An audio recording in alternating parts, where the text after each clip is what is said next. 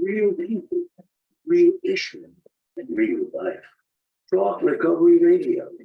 Live from the heart of the downtown east side, it's Talk Recovery Radio with Giuseppe Gansi and Darren Galen on Vancouver's Co-op Radio, CFRO 100.5 FM. From the streets to the studio, bringing you addiction recovery stories from real people with lived experience and real experts on today's issues. Tune in live every Thursday, noon to 1, powered by US Recovery. Real people, real issues, real life. Talk Recovery Radio. All righty, everybody. Thank you. You're listening to Talk Recovery Radio, coming to you live. Darren, did you see the intro there? No, I did not. Oh, geez. Had some faint audio of it. Oh, I'm sorry, everybody. Anyway, there's some great video that went on with that as well. We'll cut it in the next version. Hey, man, it's been a while since we've been on air. It's been a couple weeks since we've had a show. But anyway, there's this really cool intro that we do, but I messed it up. Yeah, it's sunny outside. Come on, give me a break. You're listening to Talk Recovery Radio. We come to you live every Thursday, and noon to 1, powered by New West Recovery. And, if you're watching us on YouTube right now, hit subscribe and like, let people know. Hit like on whatever streaming device you're watching us on, because it helps us spread the message of recovery. Darren, nice to see you. And if we're on the radio waves, Vancouver Co-op Radio, CFRO 100.5 FM. Exactly. Thank you for listening. Thank you for listening and being part of 9 years of shows, hundreds of guests, thousands of listeners, and some pretty cool topics. So it's been pretty good. I'm pretty excited with, what we've been doing in the last little bit here in regards to recovery events. We're super excited. Stay tuned next week. You're going to see posters for Intoxicated, posters for the Sober Lounge at Vancouver Pride. It's the 15th anniversary of Clean, Sober, Proud, Darren. Beautiful.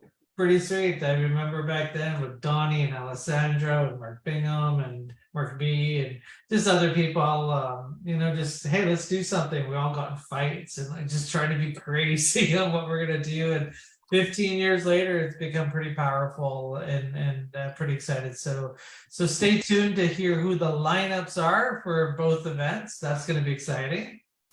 What else do we got going on? The other thing that's going on is September's Recovery Month. Recovery Month Canada.ca. If you want to know more, looking to create a listing of recovery events that take place across Canada in September. So we're going to put some energy into getting that directory online. So that's coming up. And in Recovery Month here in our area, Darren's always our MC, but we're super excited to be putting together Recovery Day again. Darren, we already have all the vendor spaces sold out. Is it June today? It's June, yeah. Yeah. So, good. So that's a big deal. Looking forward to seeing you up on the stage, Darren. And when do we get to find out who's performing?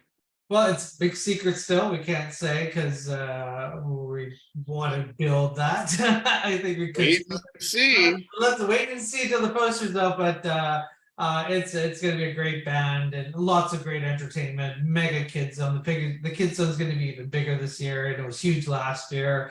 So many kids showed up last year. It was pretty awesome. So we're going to be doing that again. And we've got 2 Recovery Capital conferences coming up in September. So what does that mean? It's part of the recovery movement in healthcare.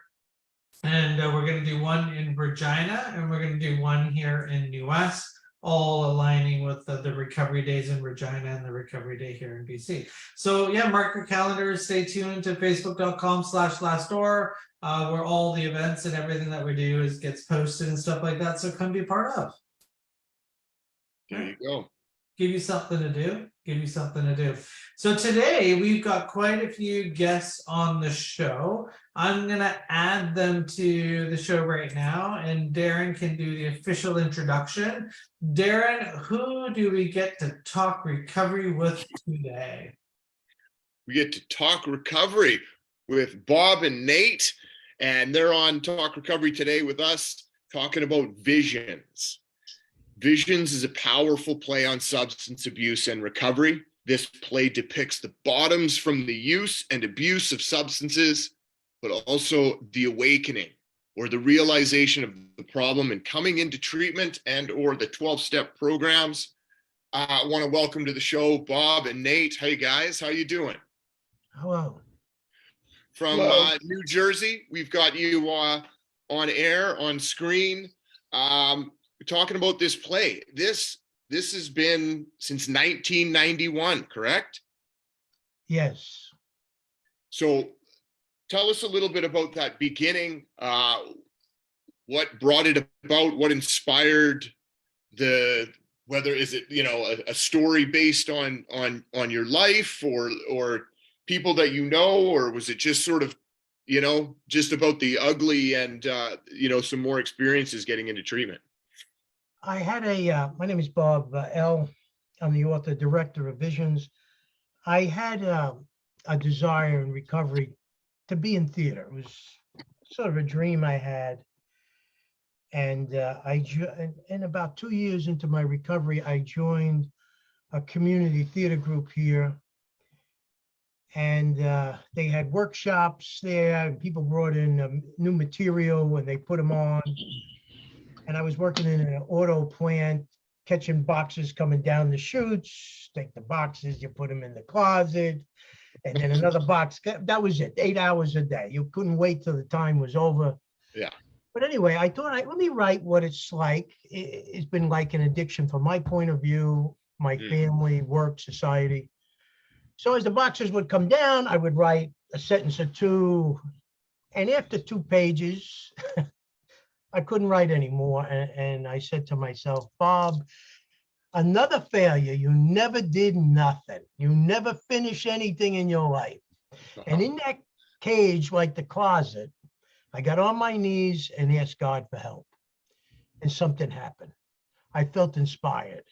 And within a short period of time, I was able to finish this script. I called it a play.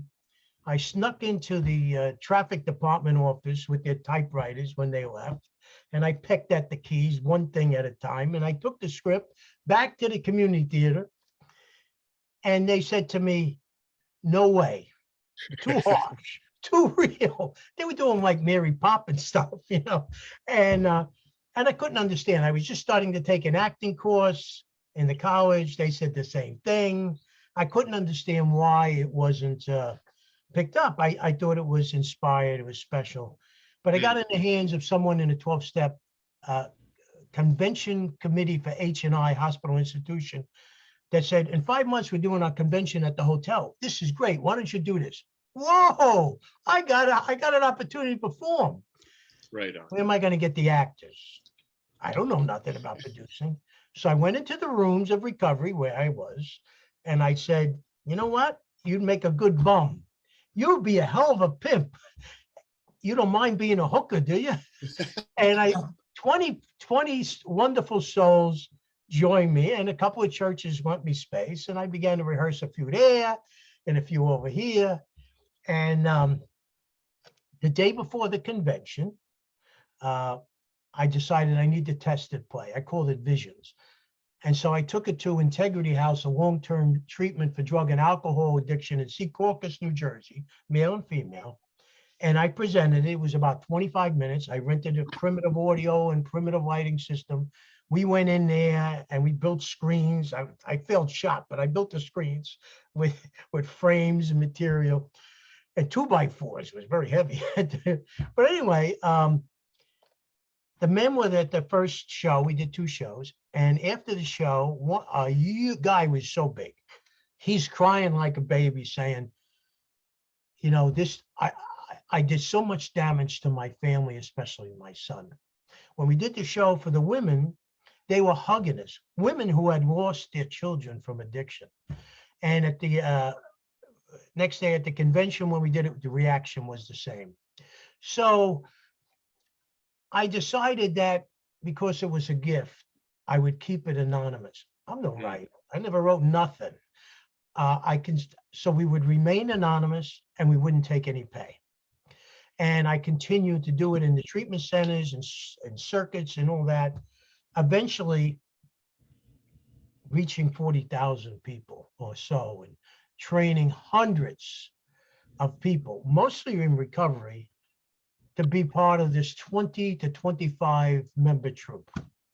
And we would go in and we'll mobile treatment centers, shelters, prisons, and so forth. And that's, I mean, you can check it out at the website visionsrecoveryplay.com. It shows, you know, all the places you guys have performed. I think there's 400 plus volunteers that have been a part of this since its onset. I think Nate, you're according to Bob, you're a sound tech. Have you been around, you know, for a while on this? Yes, my name is Nate Sieg. Yes, I've been involved with Visions for 20 years, Oh, wow. 21 years. And I started out as I was in the Salvation Army. I'm in recovery in the Salvation Army in Paterson, New Jersey. And I saw an article in the paper, and me and one of my friends went down there and auditioned for a part. And then we made the audition and went to the next rehearsal, and they needed a new sound guy. And since that's my forte, that's my wheelhouse, I volunteered to do it, and I've been doing it ever since. That was 2002.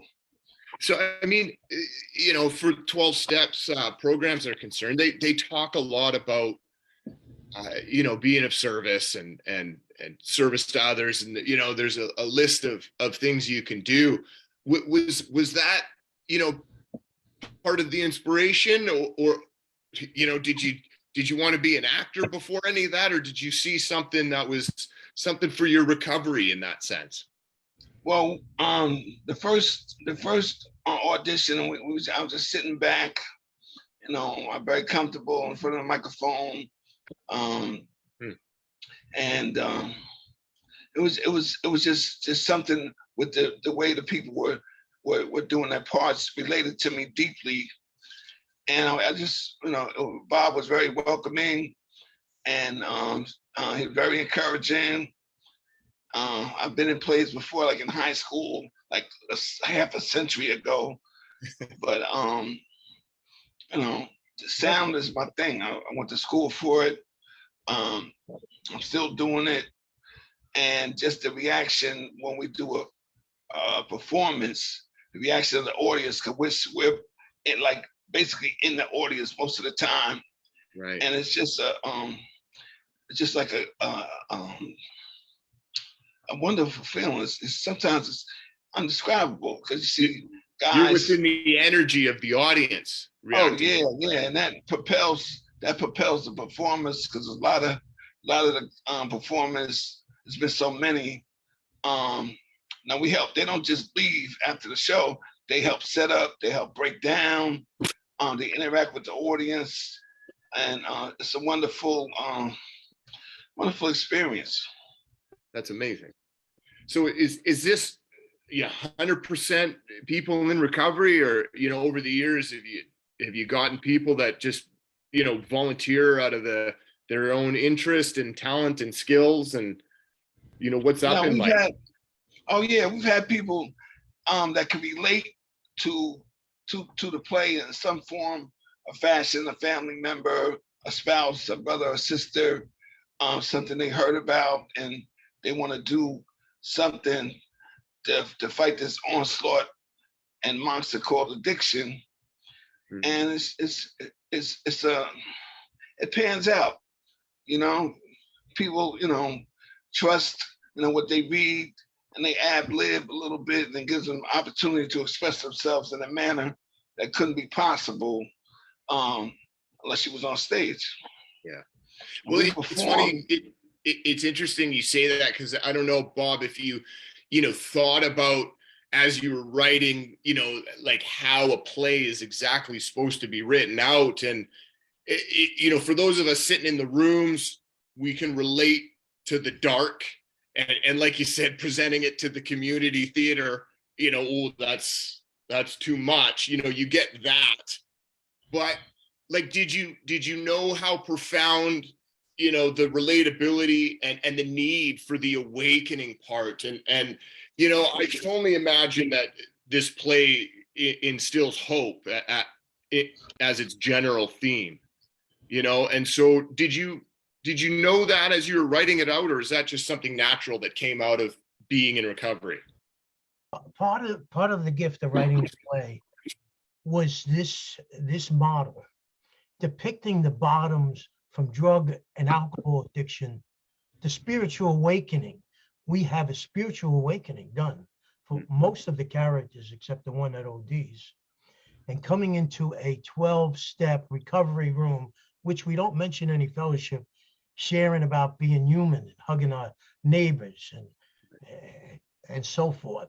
And so that was the premise. And along the way, we started adding scenes of domestic violence, youth at risk, homelessness, HIV, because that's all part of what addiction does.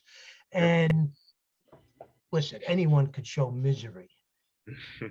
We're showing hope. And then they go out in the audience after the show is over and people come up and say, that was me. And they're hugging. And then we say, join us. Join us. I don't care if they have no legs, no arms, they're blind.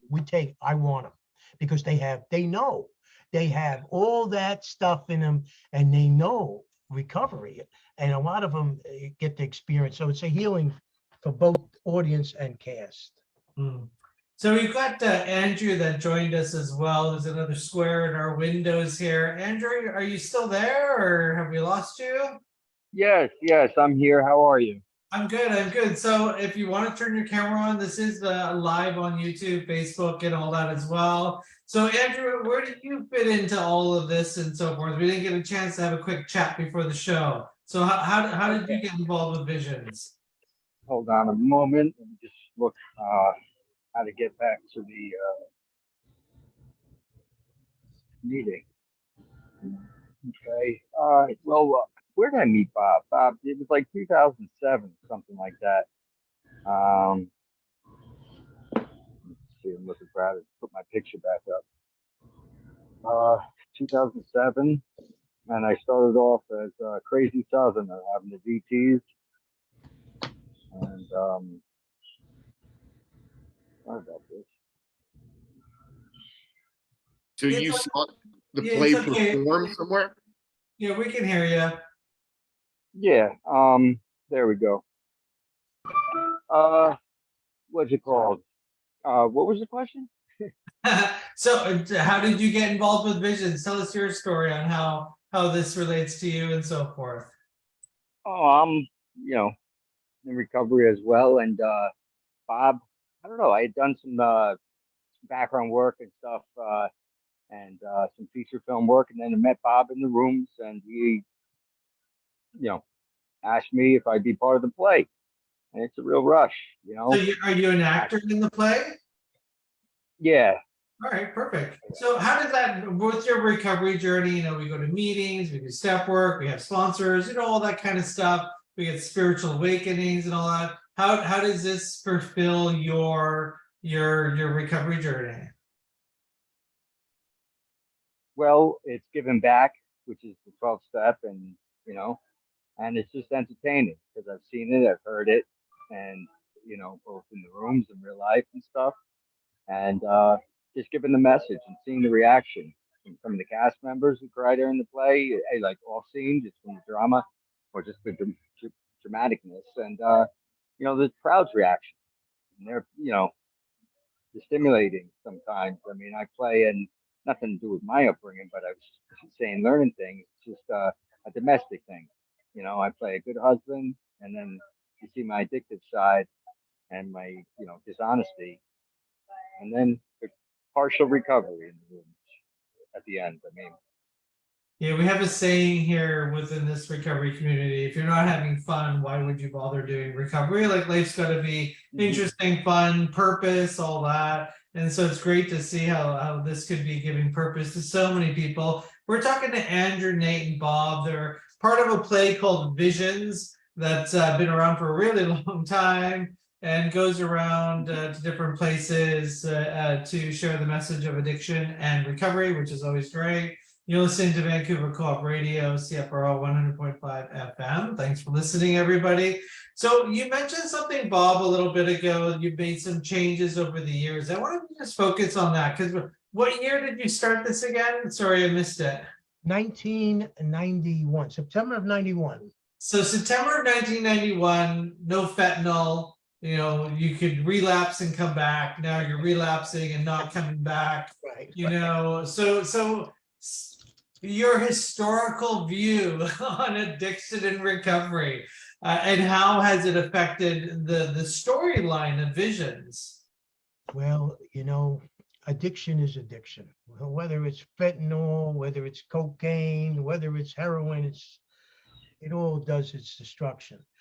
The core of the original play is there. What I did was expand more on the characters. Instead of them maybe just doing one vignette, they had several more opportunities to see them dealing and doing everything else. And then I added a scene along the way. Some of the drugs names were changed, but it was the same format. The bottoms, the awakening process, and coming into recovery. And maybe it's old-fashioned, but that's just the way it is. It just seems to people seem to identify with it. And so it's just expanded. You know, a lot of people talk about that's the truth. Addiction, whether it was the 70s or it's today. I mean, the pain is the same, you know, and the journey to recovery and having that spiritual awakening is the same.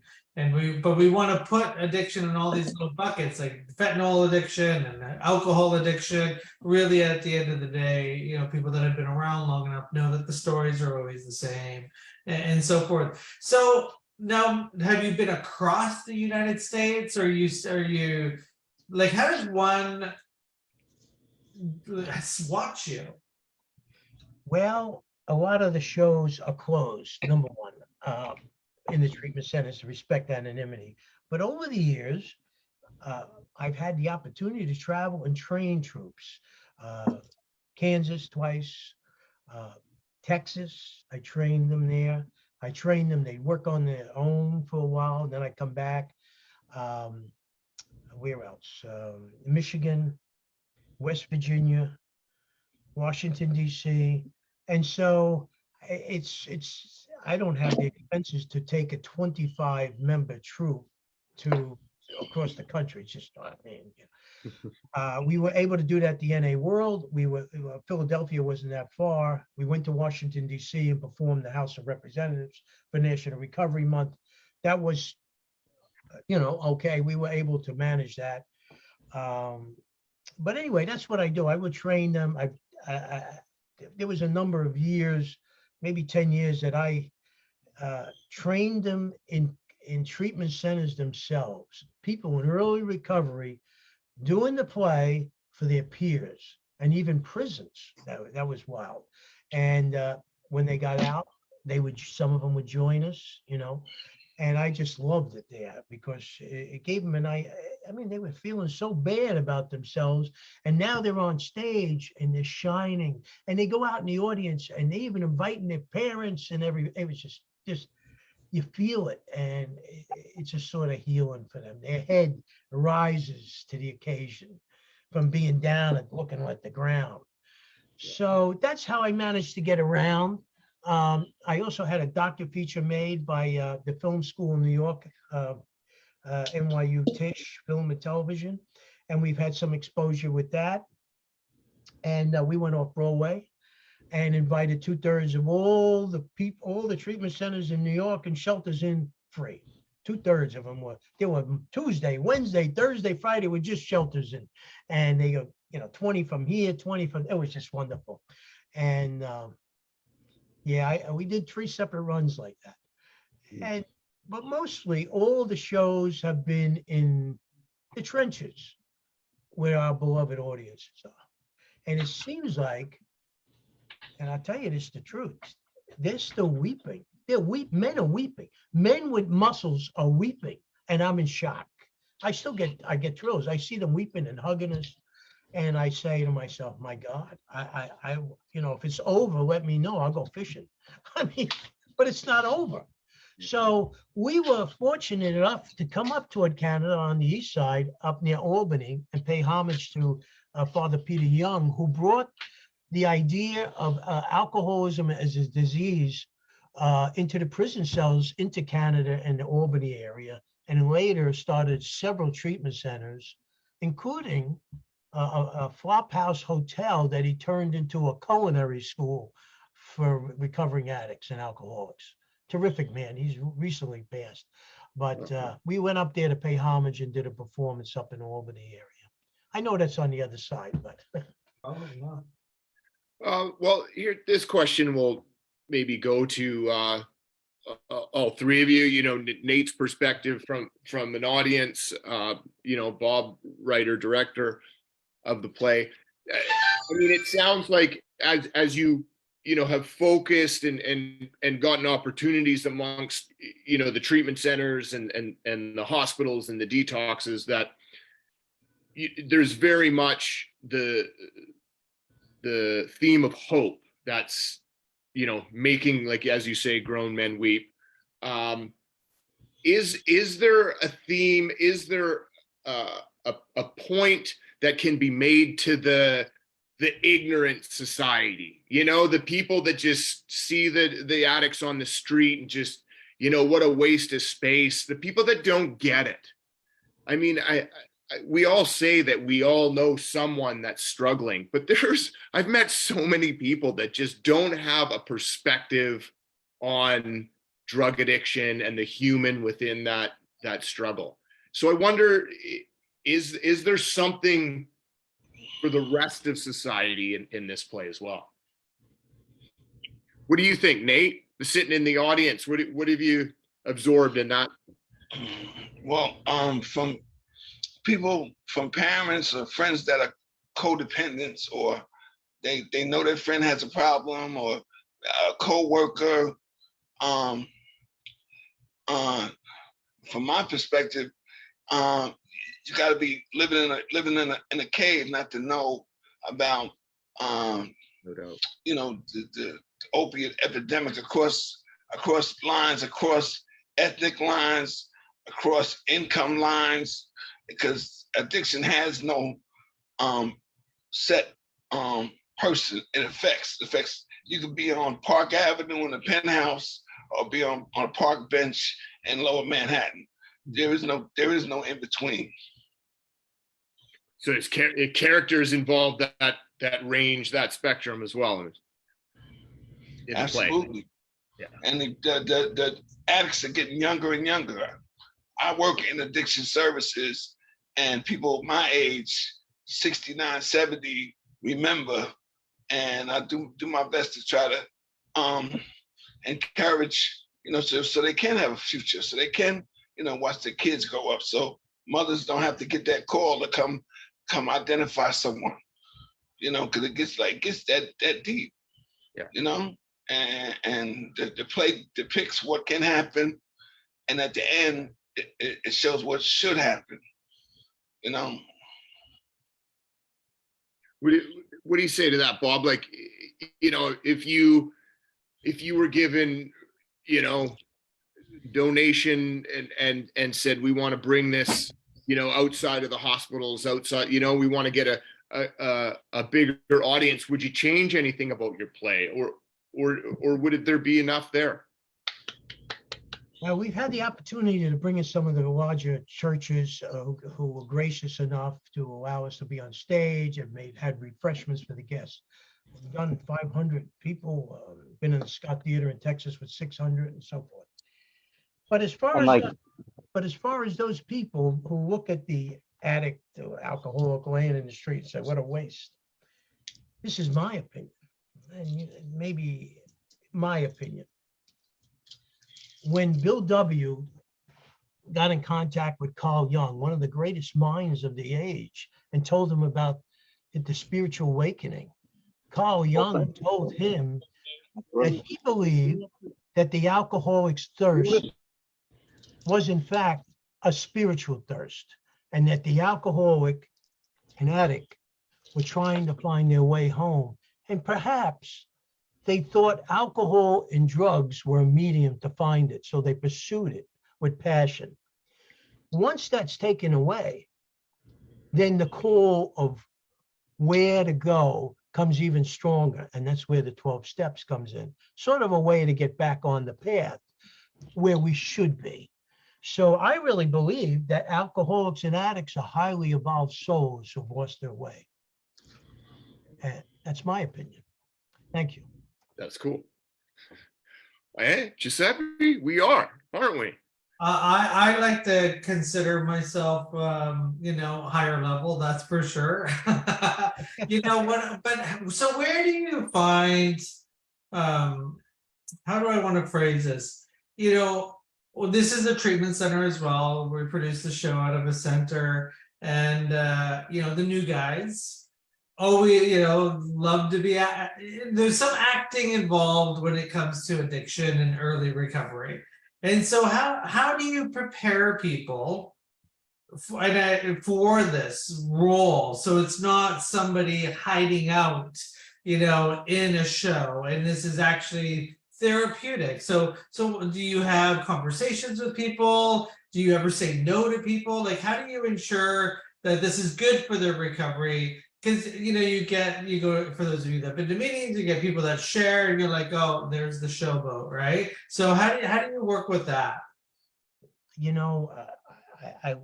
I guess after 30, from the beginning, the other part of the gift was the ability to get a kind of idea what someone could perform. And after 32 years, I got an inkling which scene they may be good for. Maybe they'd be better at the boss firing the salesman who's drinking than the salesman, or whatever, or the wife getting beat up in an abusive scene, or the pimp, or whatever the case. And I got a good feeling. I'm usually pretty good at it. I think I know I could put used to characters right away in the show. don't think you'll be flattered. But anyway, so I got a feeling. And if it just doesn't seem to work out, if they try a few lines, then I say, okay, I don't think this is the good, they have to be comfortable. I am not, you don't want to pressure anybody. Sometimes you give them a very small role and then you work on it, Nice. Volunteers, it's not a Yeah, job. that's true. They're volunteers. Yeah. But volunteers who might not know exactly what they're getting into come open curtain, lights come on. I mean, do you just have a sort of a mindset of just rolling with stuff and hey, we're all just here as volunteers doing our best? We become like a family. We are like a family. Each troupe is like a family, encouraging others. I see them in the kitchen when they're getting the coffee, talking, well, I did, and they're giving them some advice, or they're taking some advice. It's just, they're really like a family. I mean, that was the whole idea. As good as I want them to be as actors, more so as a family. That was more important. So are you proactively looking for troops in various cities to do this show as well, or just what happens? Because we can help you. We can put a call out there right now for you. How about that? You see that? Yes. Okay. Got a card. Yes, card. I am always interested in expanding visions. I'd like to come to Canada and train a troupe up by you.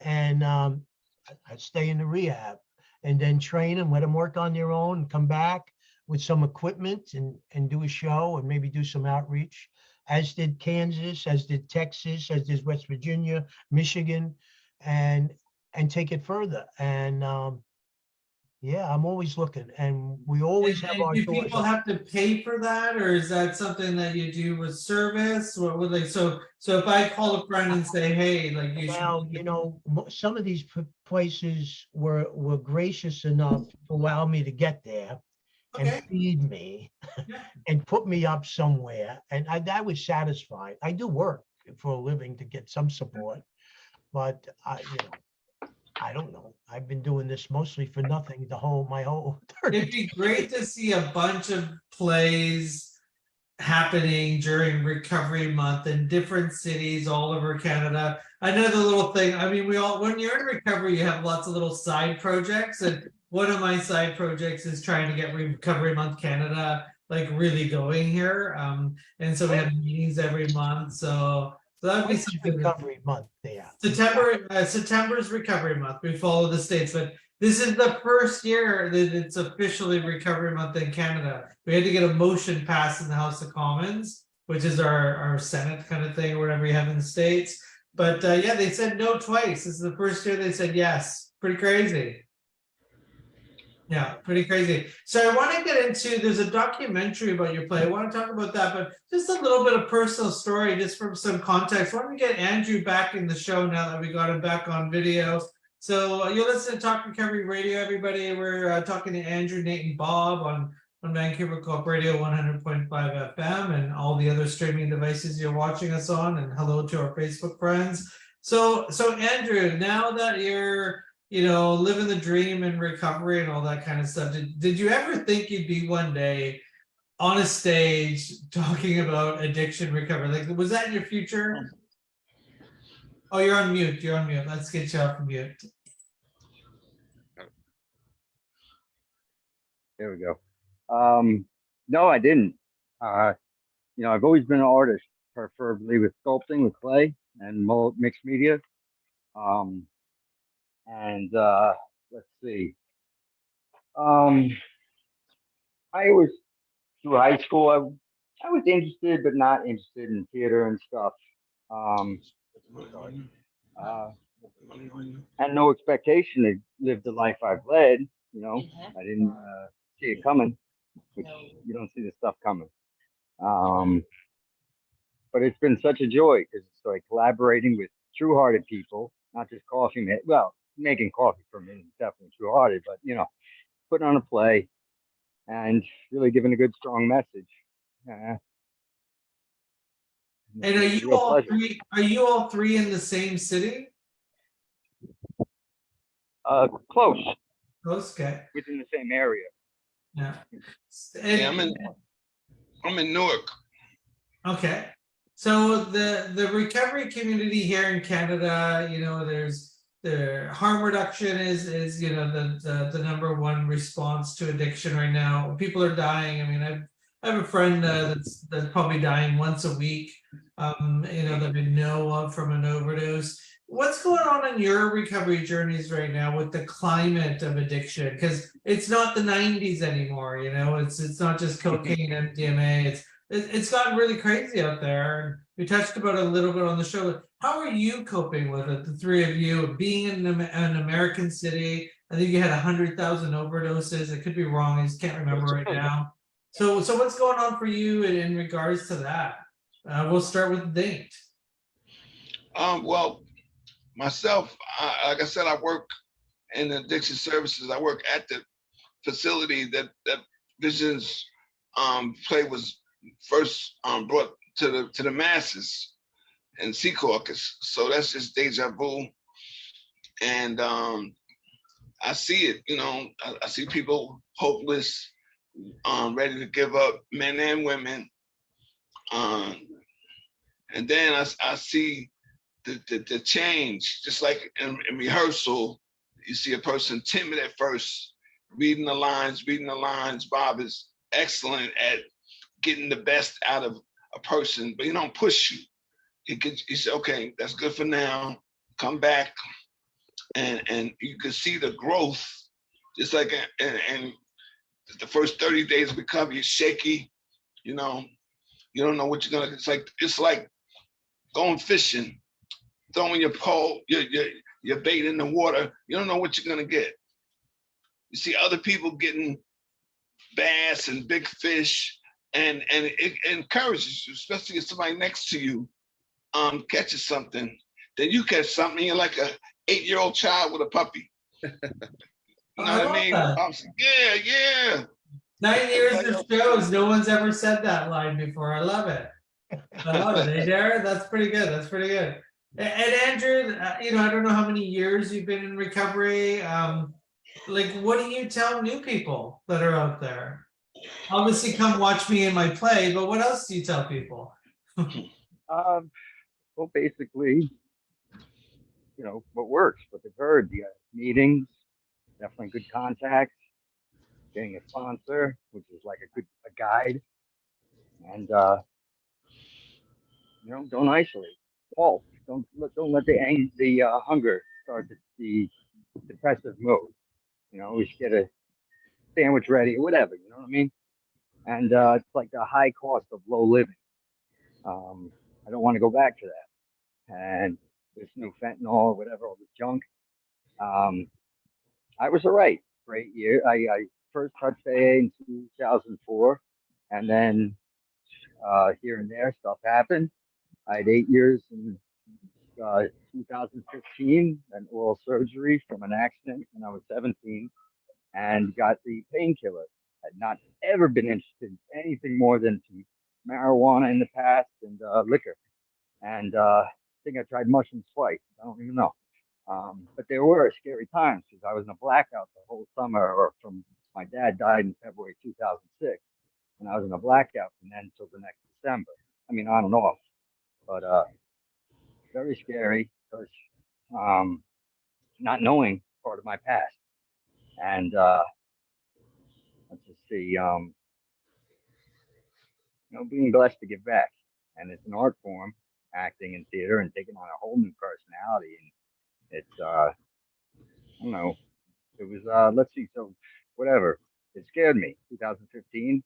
And I was like, it's prescribed. Let me crush it up, put it into a Carmex case, and just getting away with sneaking me, just to get away with it. And I was like, what the heck? This is not prescribed anymore. This is a relapse. And I just went and got the big fifth. I didn't care. Mazorska.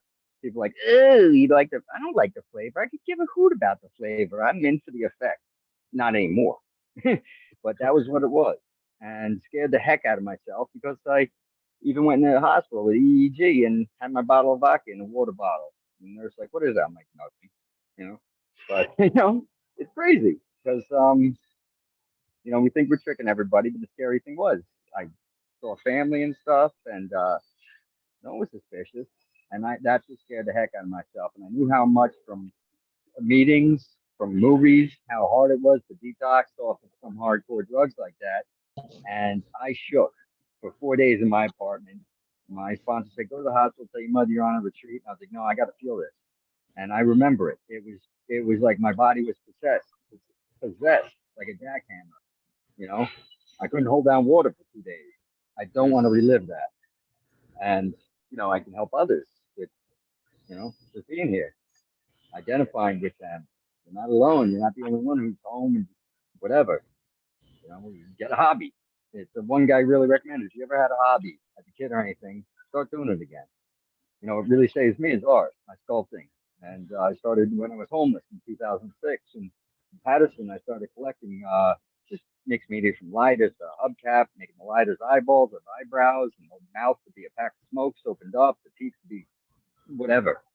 But just kept me sane and sober. I've done art shows since then, and in the future, I'd like to give back. Because when I was a kid, I was Bart Simpson. When I was 10 years old, I started watching I'll be quick, Tracy Ullman show. My mom would watch, and she'd call me in on commercial break for a 10-second skit to Bart Simpson.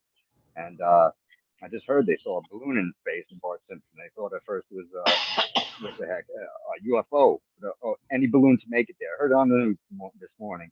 It was a Bart Simpson one. Long story short, I was a rebel from the get-go, and art. I would settle down. And I really want to give that back to kids. Right on. Yeah, those statements. I was a rebel, then I decided to settle down, but then you also said I feel blessed, and that's the gratitude piece and so forth. Darren, I got one more question and just want to pass it on to Bob. Bob, I want to talk to you about this documentary. There's a documentary done on this storyline. You want to tell our viewers and listeners what that's about? Well, it was always a dream of mine to make a film of the Visions play. And I had put all the money I had into, doing the play, working and putting whatever I had. But one day I checked out the best film school on the East Coast, and that was New York Film and Television, Tisch, and NYU. And so I opened up the faculty page. It was like 100 teachers, said a prayer, and picked out two teachers, and I called them up, and one called me back, and I said, I have money to make a film. I lied. I lied. And he says, well, come in to my office and we'll talk about it. So I went to New York City, to Tisch, NYU, and he was a professor there, Carl Badash, a known documentarist.